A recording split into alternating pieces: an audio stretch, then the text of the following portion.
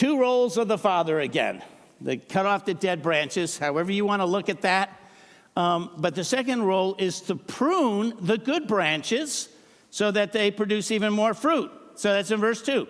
He cuts off every branch that bears no fruit, while every branch that does bear fruit, he prunes so that it will be even more fruitful. This is the tough part about being a Christian, is this pruning that God does in all of our lives. There are two things that he's pruning. He's pruning sin, and he's pruning suckers.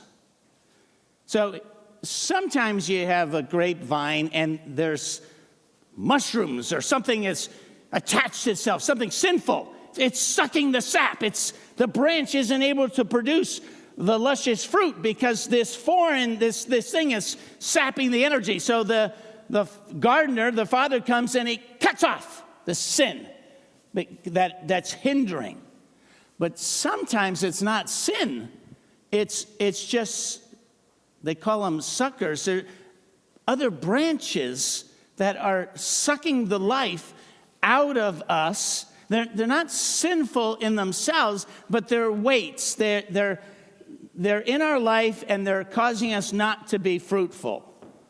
So this is Hebrews that talks about that God works to get rid of weights that are on us and sin that easily entangles us. This is in Luke. This is the third. Jesus talks about that the gospel being shared is like seeds. The fourth seed is the Christian that is, they're dedicated to the Lord and they're very fruitful. They are winning many people to Jesus. But it's the third seed. They're Christians, but they don't grow because I'll call these suckers because of life's worries, riches, and pleasures.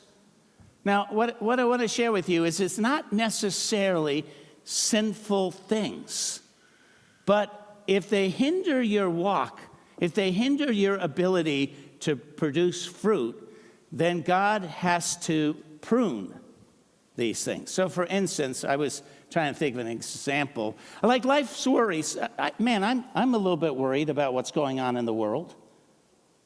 But I've also learned to trust the Lord, that every day there's enough worries of its own.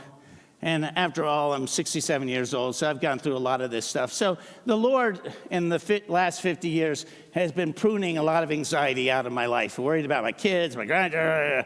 So he's pruning. Riches, nothing wrong with working and having money, but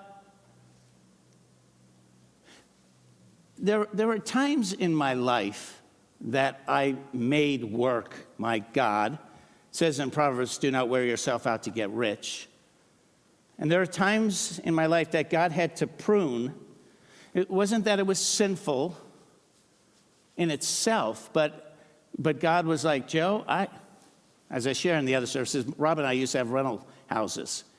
Well, because we had so many rental homes, I wasn't as fruitful in the ministry as I could have been. It kind of grew suddenly.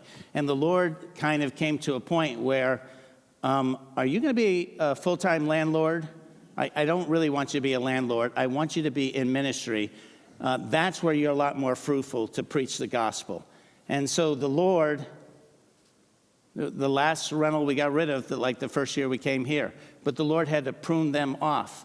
I always feel bad for men, women that have a job that you make your God, and you're not that fruitful, and God has to say, you know what, I know this is going to hurt right now, but I got to prune that out. I got to take that out because I want you to be more effective. I want you to produce fruit that is eternal, and so when we make our jobs our gods, they get pruned. Pleasures, God, there's nothing wrong with pleasures.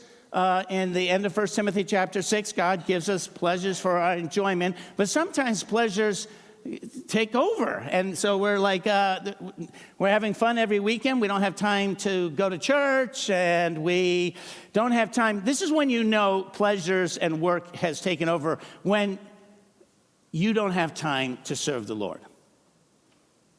When you don't have time to serve the Lord in any capacity, because you go, you know what, we're just busy every weekend. We go to the shore, we're working on this project and that thing.